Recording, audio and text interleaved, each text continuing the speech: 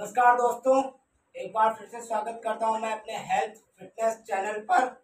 और आज मैं फिटनेस से रिलेटेड इंजरी के बारे में बात करूंगा। मुख्यतया मैं लिगामेंट इंजरी के बारे में बात करूंगा, जो स्पोर्ट्स पर्सन के लिए बहुत ही कॉमन इंजरी हो गई है ये। और इस स्पोर्ट्स पर्सन को तो ये ज़्यादा होती है, इसके अलावा भी आजकल बहुत से लोगों में ये इंजरी देखने को मिल रही है। तो पहले ये समझते हैं एसीएल इंजरी क्या होती है।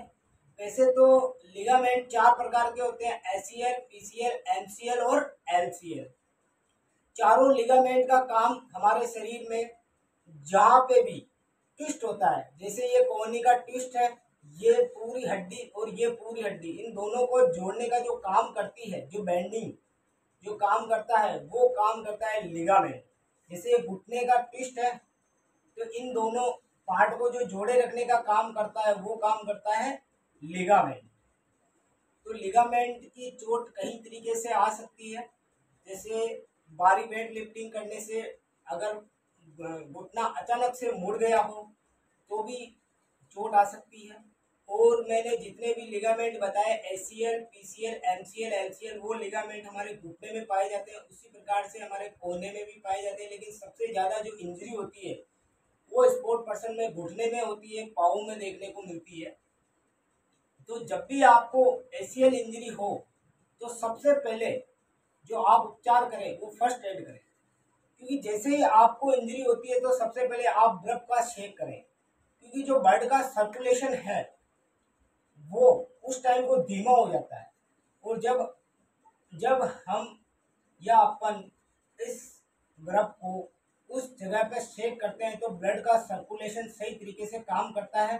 तो मैं यही कहना चाहूँगा भाइयों आपसे, अगर आपको जब भी लिगामेंट इंजरी हो तो सब 5-15 मिनट या 20 मिनट के अंदर बर्फ की व्यवस्था हो सके तो आप बर्फ का सेक जरूर करिए। उससे आपकी इंजरी होने का कम चांस है। और ये इंजरी को 3 भागों में बांटा गया है: फर्स्ट ग्रेड, सेकंड ग्रेड और थर्ड ग्रेड। फर्स्ट ग्रेड में आपको 20 से 35% तक की चोट आती है, जिसमें आपका लिगामेंट पूरी तरीके से क्षतिगत नहीं होता है, पूरी तरीके से नहीं टूटता है। वो 20 से 35% के बीच टूट जाता है। सेकंड ग्रेड में 50 से 55 तक चोट आती है और थर्ड ग्रेड में पूरी तरीके से टूट जाता है। लेकिन फर्स्ट और सेकंड ग्रेड, फर्स्ट में तो इसका बर्फ और इसके अलावा इसकी फिजियोथेरेपी, इसका इलाज है। सेकंड ग्रेड से भी हम पहले जैसी कंडीशन में आ सकते हैं, लेकिन थर्ड ग्रेड कंडीशन में आना बहुत ही मुश्किल है। लेकिन उसका भी इलाज है। लेकिन बहुत से लोगों पे, जो एक्टिव लोग हैं, जो वर्कआउट करते रहते हैं, जिनकी बॉडी उसी टाइप से या उनका ब्लड सर्कुलेशन अच्छा है, तो उनमें ये चीज़ जल्दी हो जाती है। और लिगामेंट जल्दी ठीक नहीं होने का कारण ये है कि दो हड्डियों के बीच में जो ब्लड सर्कुलेशन की मात्रा होती है वो नहीं जा पाती है। और हमारे शरीर की जितनी भी चोटिल भाव होते हैं, जितना भी चोट या घाव होते हैं, उनको भरने का काम ब्लड करता है। ब्लड सर्कुलेशन के कारण ही वो घाव बढ़ जाते हैं। और दो हड्डियों के बीच में रक्त स्त्राव बहुत ही कम मात्रा में होता है, इसलिए लिगामेंट ठीक नहीं होता। लेकिन उसके भी देसी या आयुर्वेदिक तरीके से कई इलाज है। जैसे कि आप गेंसी या देसी मूलियों की जो जो जड़ें होती है उनको आप बिल्कुल पीसे, उन दोनों पेड़ों को पीस कर आप सुबह और शाम दूध में घोलकर पिए। और ज़्यादा से ज़्यादा आप ऐसे फलों का या ऐसे ड्राई फ्रूट का सेवन करें जिसमें लार बनती हो। जैसे सब्जियों में आप भिंडी का उपयोग कर सकते हो, और आप नट्स में या ड्राई फ्रूट में आप किशमिश का, अंजीर का या दाके का कर सकते हो, जिससे लार निकलती है। और ऐसे कई सब्जियां आती है जिसमें रस्सा, गुद्दा या लार होती है, जैसे गवार बाटा है। ये हमारी जो मॉइस्चराइज है, जो चिकनाट है, जो इनके बीच में जो ग्रीस है, वो ग्रीस बढ़ने का काम वो चिकनी वाली सब्जियां या वो चिकने वाले ड्राई फ्रूट करते हैं। तो इनका सेवन आप अधिक से अधिक करें। और मैं लिगामेंट के लिए एक फिजियोथेरेपी बताता हूँ जो आप घर पे ही कर सकते हैं, बहुत आसान है। लेकिन याद रखना दोस्तों, ये जो फिजियोथेरेपी है ये आपकी फर्स्ट ग्रेड और सेकंड ग्रेड में ही काम करेगी। थर्ड ग्रेड में आपको डॉक्टर को दिखाना है, उसके बाद ही आपको इलाज करना है। फर्स्ट और सेकंड ग्रेड में ये काम करेगी। आप सुबह सुबह बर्फ का सेक करने के बाद और घुटने पे कभी मालिश ना करें,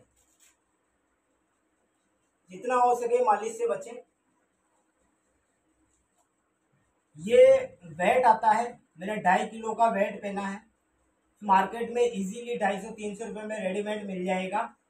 स्वेट को आप इस तरीके से पैर में बांधें, जितना हो सके पैर को स्ट्रेट करें, पास ले जाने की कोशिश करें, दीवार का सहारा ले भले आप।